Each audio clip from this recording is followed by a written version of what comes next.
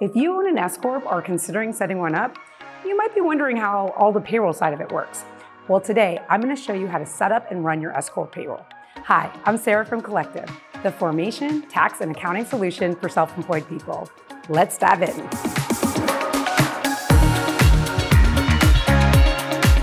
The first thing you may be wondering is why running an S Corp payroll is so important. As an S Corp owner, you're required to pay yourself a reasonable salary, and that must happen through a payroll.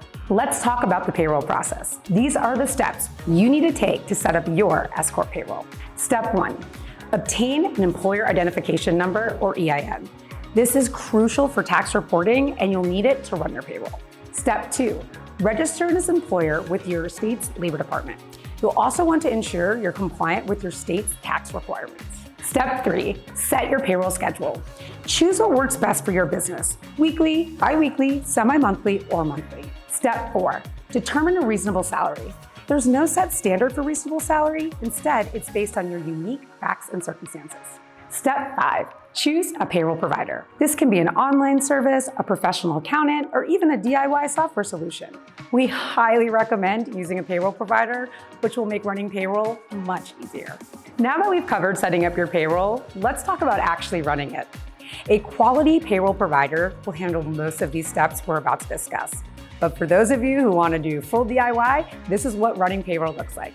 Step 1, calculate your gross pay. This is your salary before any deductions are made. Step 2, calculate and withhold your federal income tax.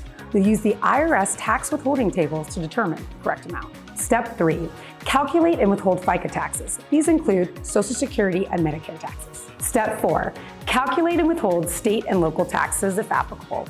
These rates will vary depending on your location.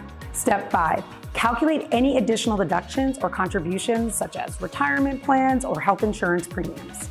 Step 6, deposit withheld taxes with the appropriate government agencies on time. This is crucial for avoiding penalties. Step 7, issue payroll checks or direct deposits to yourself and your other employees on payroll. Last but not least, let's talk about reporting and compliance. You'll need to file Form 941 quarterly. This reports your federal tax liabilities and deposits. File Form W-2 for yourself and any employees at the end of the year. This summarizes annual wages and taxes withheld.